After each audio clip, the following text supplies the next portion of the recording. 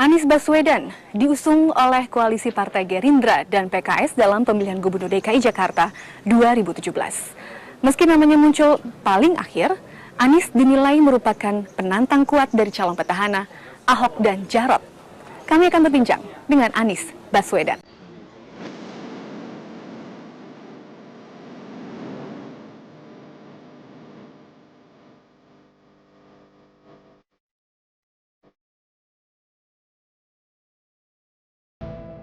Anies Rashid Baswedan menjadi calon gubernur terakhir yang dideklarasikan untuk maju dalam Pilkada DKI Jakarta.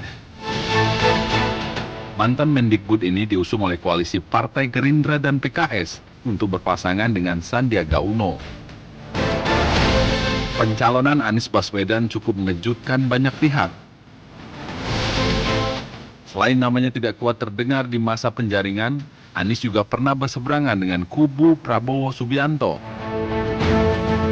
Saat Pilpres 2014, Anies yang berada di kubu Joko Widodo beberapa kali menyerang Prabowo. Selain pernah berseberangan kubu dengan Prabowo, munculnya Anies juga menyingkirkan kader PKS yang sejak awal dideklarasikan untuk mendampingi Sandiaga Uno. Lalu apa yang menjadi alasan Partai Gerindra dan PKS untuk meminangnya? Bagaimana pula proses pencalonan tersebut terjadi?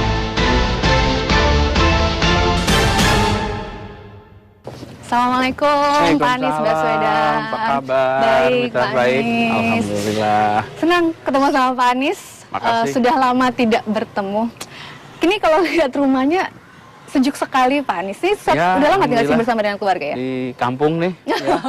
Saya tinggal di sini udah mulai 2013 ya. 2013 dengan keluarga. Sama keluarga di sini kita. Jadi anak-anak juga sekolahnya nggak jauh dari sini.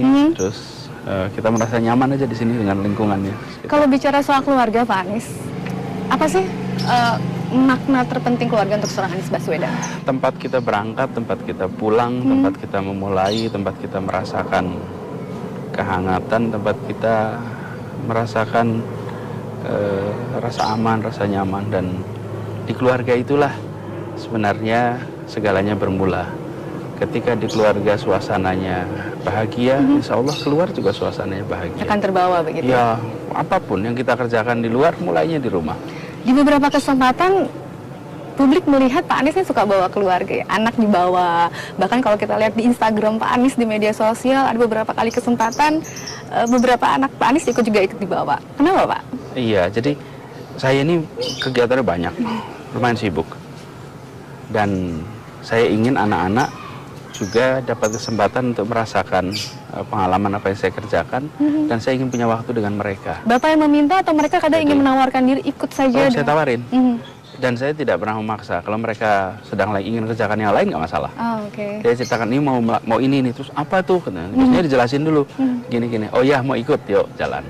Jadi mereka seperti kemarin misalnya, Ismail kebetulan libur, nggak sekolah, pas hari itu saya ada beberapa acara, jadi saya tanya, mau nggak ikut? Terus apa? Katanya, saya jelasin kegiatannya apa. Terus dia minta, boleh nggak nanti mampir?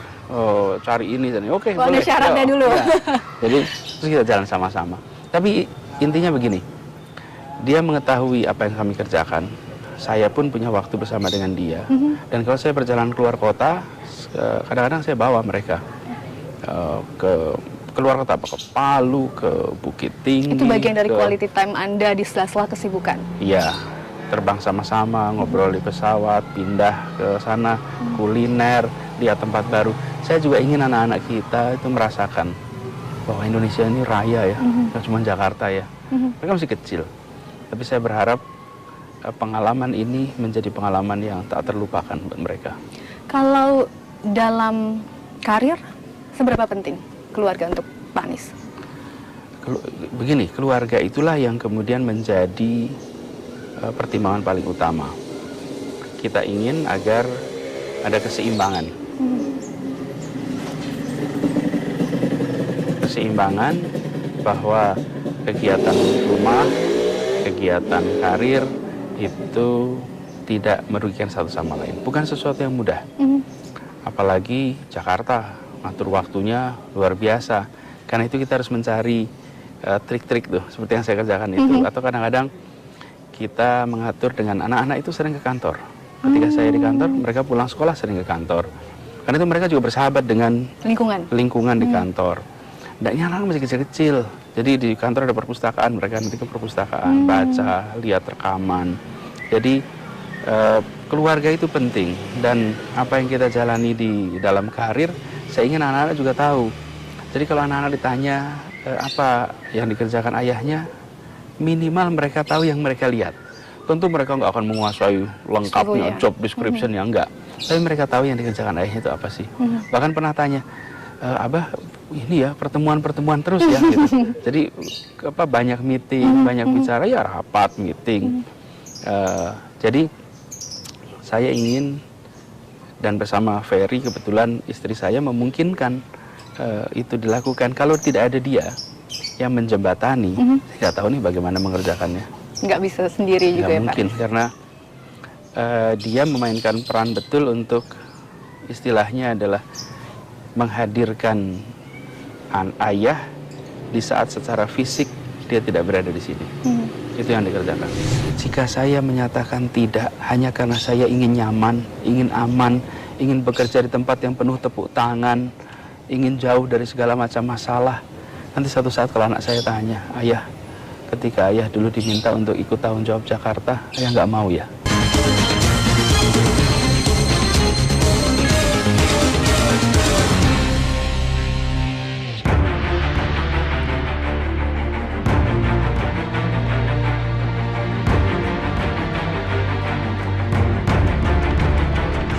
Ketika Anda memutuskan untuk maju dalam pemilihan Gubernur DKI Jakarta 2017, apa reaksi keluarga Pak Anies?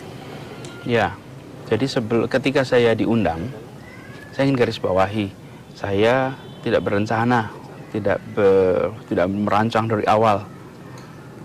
Dan bahkan tanggal 23 September itu, saat pendaftaran itu, harusnya tanggal itu saya berada di New York. Memberikan pidato dalam sebuah konferensi. Seminggu sebelumnya saya kena sakit seperti demam berdarah, dirawat 5 hari.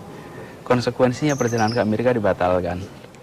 Dan pada saat saya dirawat itulah beberapa pimpinan partai, pihak-pihak terlibat itu datang ke rumah sakit menanyakan apakah bersedia. Nah, saya berdiskusi dengan keluarga, dengan istri, dengan anak, dengan ibu. Istri dan anak juga melihat, wah ini kalau pilkada itu ya, kita kan pernah ngalamin pilpres kemarin, waktunya, kemudian juga banyak sekali berita-berita macam-macam.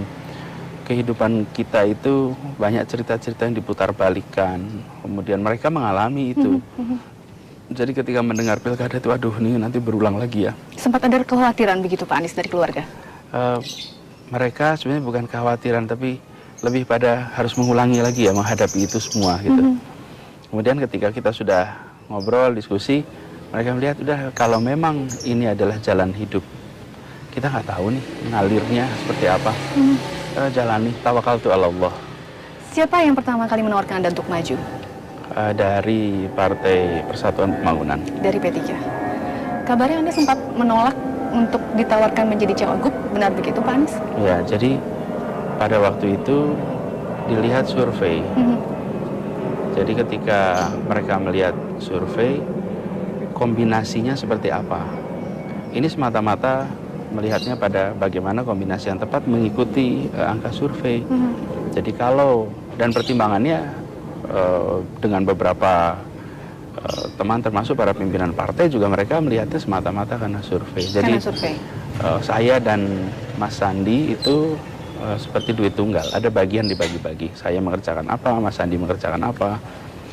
Tapi kita melihat dari assessment kombinasi yang tepat seperti yang diputuskan. Apa yang kemudian titik membuat seorang Anies Baswedan maju menjadi calon gubernur DKI Jakarta? Jadi pertama, ketika nama saya muncul di dalam jejak pendapat. Ya, nama Anda jauh lebih muncul di publik begitu ya, kan sebelum beberapa calon yang lain. Tidak melakukan apa-apa, saya tidak pernah kampanye. ini artinya ada aspirasi, ada harapan dari orang-orang yang saya sendiri tidak kenal, dari masyarakat yang tidak kenal. Mereka memiliki harapan itu. Lalu saya sebagai seorang warga negara menerima, ini kan semacam kepercayaan. Saya memikirkan begini, jika saya menyatakan tidak hanya karena saya ingin nyaman, ingin aman, ingin bekerja di tempat yang penuh tepuk tangan, ingin jauh dari segala macam masalah, nanti suatu saat kalau anak saya tanya, ayah, ketika ayah dulu diminta untuk ikut tanggung jawab Jakarta, ayah nggak mau ya? Apa jawaban saya? Jadi ketika kemudian partai politik memanggil saya untuk menjadikan saya sebagai calon, saya katakan pada mereka ini sebuah kehormatan. Ada jutaan orang di Jakarta, ada ratusan orang di Jakarta. Dan saya tidak mendatangi, meminta, tidak. Karena itu saya sampaikan, Gerindra dan PKS, mereka mengambil sebuah sikap yang selama ini jarang kita lihat. Apa itu? Kita biasanya pokoknya yang penting calon dari internal, pokoknya yang penting kawan. Nah yang diundang, yang dicalonkan adalah orang yang dulu adalah juru bicara kubu yang berbeda Anda ketika menyadari Pilpres. itu? Anda menyadari itu? Seluruh Jakarta, seluruh Indonesia sadar. Justru, bukankah ini contoh nuansa persatuan? Di saat perbedaan orang nggak mau salaman, di saat perbedaan dimusuhi, nggak mau duduk bersama, nggak mau diskusi bersama. Kalau bisa saling menghabisi. Terus ada dua partai yang mengambil contoh. Ada kekhawatiran tidak sih Pak Anies? Karena publik kan juga mencatat Anda latar belakangnya sebagai juru bicara Pak Jokowi saat Pilpres kemarin yang kemudian berseberangan dengan Pak Prabowo. Dan ada beberapa pernyataan Anda terlebih dahulu waktu itu yang dalam tanda kutip menyerang pihak Pak Prabowo. Ada kekhawatiran dari pihak seorang Pak Anies begitu ketika menerima tawaran dari pihak Partai Gerindra saat itu? Jadi begini, ketika Pilpres itu ada dua kelompok, dua kubu, semuanya berkompetisi. Pilpresnya selesai, sesudah itu kita bekerja untuk bangsa, semuanya, baik yang di kubunya Pak Prabowo maupun di kubunya Pak Jokowi sudah dalam pemerintahan, mereka bekerja. Pilpresnya nggak tiap hari. Kita kadang-kadang merasa Pilpres ini kayak nggak selesai, tidak. Pilpres selesai, sekarang saatnya bekerja dan sudah menjalani itu. Jadi justru menurut saya ini yang kita harus biasakan, bahwa ada masanya kita mengambil pilihan, ada masanya pilihan selesai. Benar tidak Pak Anies, Anda sempat menyatakan permintaan maaf kepada Pak Prabowo? Malah tidak pernah ada pembicaraan apapun yang menyangkut 2014. Pak Prabowo tidak pernah. Anda dikatakan pernah hilaf dengan pernyataan-pernyataan Anda, itu benar atau tidak? Sama pembicaraan saja nggak ada. Nggak ada sama sekali. Jadi Pak Prabowo, saya bertemu dengan beliau malam, hari Kamis malam sebentar, kemudian hari Jumat sore. Yang dibicarakan adalah tentang Jakarta ke depan. Sama sekali nggak ada singgung-singgung soal. Dan ya inilah barangkali itu bedanya antara kita-kita yang berada di dalam proses dengan yang di luar. Gosip macam-macam. Gosipnya luar biasa. Tapi Pak Prabowo, kemudian Pak Salim Segaf Al-Jufri, Pak Iman, Pak Muzani, semuanya bicaranya ke depan. Di luar yang bicaranya ke belakang terus, tapi kalau di dalam bicaranya ke depan. Oke, karena kita berbicara di luar nih Pak Anies ya, boleh kan nanti kita berbicara lanjutkan di dalam, kita masuk ke dalam pendopo, kita akan lanjutkan perbincangannya ya. Boleh Pak? Yuk, kita Pak masuk sini. Maju kotanya, bahagia warganya. Kalau bahagia nggak ada air mata gitu.